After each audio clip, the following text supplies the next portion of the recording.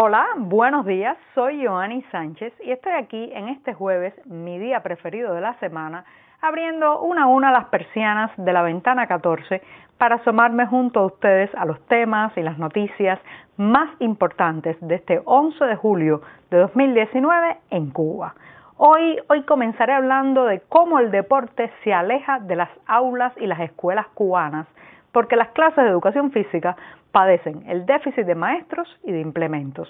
Por otro lado, la higiene comunal, la limpieza de nuestros pueblos y ciudades llega otra vez ante la Asamblea Nacional y ya veremos cómo se toca este delicado asunto. También en Brasil parece ser, todo apunta a que los médicos cubanos podrán incorporarse a los centros de salud. Y por último, una pincelada cultural y artística. La cubana Carmen Herrera llega con sus esculturas a las calles de Nueva York a sus 104 años. Pues bien, dicho esto, voy a pasar a revolver para tomarme el cafecito informativo. Ese que de lunes a viernes comparto junto a ustedes, recién colado, breve, un poco amargo, como ya saben que me gusta a mí, pero siempre necesario. Después de este primer sorbito del día, les recuerdo que pueden ampliar todos estos temas y noticias en las páginas del diario digital 14 y medio que hacemos desde dentro de Cuba. También recordarle a nuestros lectores en territorio nacional que lamentablemente tendrán que usar proxies anónimos o servicios de VPN para saltarse la censura contra nuestro sitio en los servidores cubanos. Y dicho esto, voy a pasar al primer tema que ya les anunciaba, está relacionado con las clases de educación física, ese entrenamiento deportivo que está en el currículum de clases de muchos estudiantes cubanos, especialmente en la enseñanza primaria, secundaria, preuniversitaria, pero también en la universitaria. Lo que ha ocurrido es que a partir de la sesión parlamentaria que está teniendo lugar en estos días, sí han dado a conocer algunas cifras que hacen saltar las alarmas sobre la práctica de deportes en las escuelas cubanas. Por un lado, se dice que hay un déficit de maestros de esta asignatura que supera los 1.700 plazas que no están ocupadas porque muchos de estos profesionales no se sienten atraídos debido a los bajos salarios, a también las complejidades de entrenar o enseñar una práctica deportiva sin implementos, muchas veces en áreas en muy mal estado, y justamente de las áreas deportivas se ha sabido en estos días en la Asamblea Nacional que más de 10.000 de ellas tienen problemas, de las cuales 3.800 están evaluadas de mal o regular. Todos conocemos eso, el área deportiva que tiene el piso dañado, que la cerca no está bien, donde los estudiantes tienen que colocar la vieja estructura de una mesa escolar para que funcione como una especie de portería para jugar fútbol, donde tienen que usar una pelota de balonmano también para jugar fútbol y en fin, una serie de precariedades que va desgastando esta práctica y hace que muchos profesores emigren hacia otras ocupaciones más favorables, pero también crea un cansancio, un hastío, una indiferencia en los estudiantes. Estamos hablando también de una asignatura en las escuelas que fue diseñada, programada en el siglo XX, pero que está siendo impartida ante niños y adolescentes que nacieron en el siglo XXI. Niños y adolescentes que conocen de videojuegos, que tienen, por ejemplo, están también muchas veces conectados a los animados manga, a una serie de referencias que hay que ayudar a que les resulte atractiva la práctica deportiva, pero con otros mecanismos muy diferentes a los que teníamos hace 20, 30, 40 años cuando algunos de nosotros estábamos en esas escuelas. Así que hay un problema serio, se ha planteado ya, estas son cifras que pueden estar bastante maquilladas porque son cifras oficiales, así que podemos suponer que la gravedad de la situación es mucho más, pero no obstante lo cierto es que todos padecemos eso. Por ejemplo, en muchas escuelas donde no hay profesores de educación física, la administración, la dirección de la escuela le otorga el máximo de calificación a los estudiantes sin haber pasado nunca por un área deportiva. Esto crea unos mecanismos de doble moral, desidia, pero también falsedad, que terminan afectando no solamente físicamente a los estudiantes que no practican un deporte, sino que los termina afectando también éticamente. Y bien, hablando de ética, me voy al segundo tema,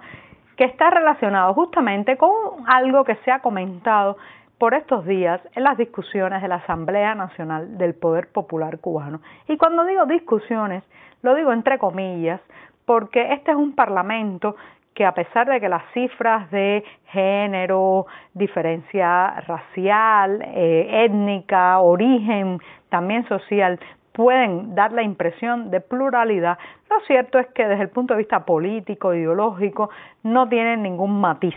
Por tanto, todas las discusiones es como discutir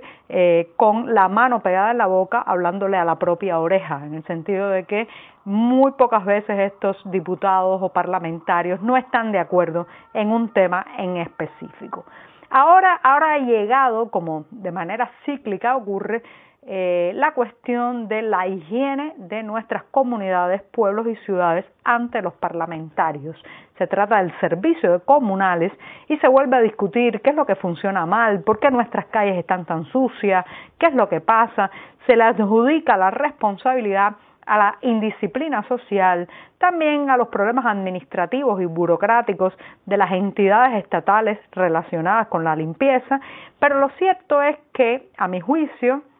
hay una acumulación de problemas que tienen que ver especialmente con la falta de referencia que tienen varias generaciones de cubanos de qué es algo que está limpio o está sucio. Cuando uno crece en un medio donde la gente no solamente lanza papeles a la calle, sino que todas las esquinas, todos los detalles están deteriorados, sucios, carcomidos por los años, por la falta de mantenimiento, se llega a crear una distorsión de qué debe ser la higiene. Y es lo que pasa lamentablemente en muchas calles cubanas, que los individuos se comportan con la impunidad del que ha nacido, crecido en la suciedad. Eso es un grave problema porque se trata de un problema de educación. Pero ¿cómo se soluciona eso? No solamente en las aulas y en las familias, fundamentalmente en el aparato estatal que tiene que ver con la limpieza. En un medio más limpio las personas se comportan de otra manera. Entonces, no sé si se estará discutiendo de esta manera en la Asamblea Nacional, pero lo cierto es que ha vuelto la cuestión de la higiene, como vemos prácticamente cada año discutirla, y el resultado, el efecto de estas discusiones es prácticamente nada. Nuestras calles, especialmente en las grandes ciudades como La Habana, pues siguen siendo el terreno para los desperdicios, la basura, el descontrol y la evidente incapacidad de un Estado de lidiar con la suciedad. Y dicho esto, me voy rápidamente al tercer tema, que está vinculado con los médicos cubanos que se exiliaron en Brasil tras el fin del programa Mais Médico. Pues parece ser que el gobierno de ese país suramericano le está dando forma a una medida provisional para que ellos puedan reincorporarse a partir de agosto próximo al trabajo en la atención sanitaria. Todavía es una medida que necesita confirmar algunos detalles, ser aprobada, pasar incluso por el Congreso Nacional brasileño, pero que todo indica podrá salir airosa y que estos más de 2.000 médicos que se quedaron en Brasil después que se canceló el programa Mais Médico, que contaba con 8.000 galenos cubanos, estos 2.000 puedan hacer un proceso para reincorporarse a trabajar en hospitales y centros sanitarios. Después tendrán un tiempo para poder validar sus diplomas Se supone que serán unos 2 años entre que entran otra vez a trabajar y que pueden hacer todo el proceso de validación o legitimación de su certificado como médicos. Pero esto es una buena noticia, ha sido una demanda ampliamente comentada por los galenos cubanos en este país y esperemos que puedan seguir ejerciendo esa humanitaria profesión con calidad y ahora con autonomía fuera del control del Ministerio de Salud Pública de Cuba. Y bien, me despido con una pincelada artística cultural de una señora que nos enorgullece como cubanos, pero que lamentablemente apenas se menciona en la prensa oficial de esta isla. Estoy hablando de Carmen Herrera, que a sus 104 años, sí, 104 años, no es un error, es su edad actual,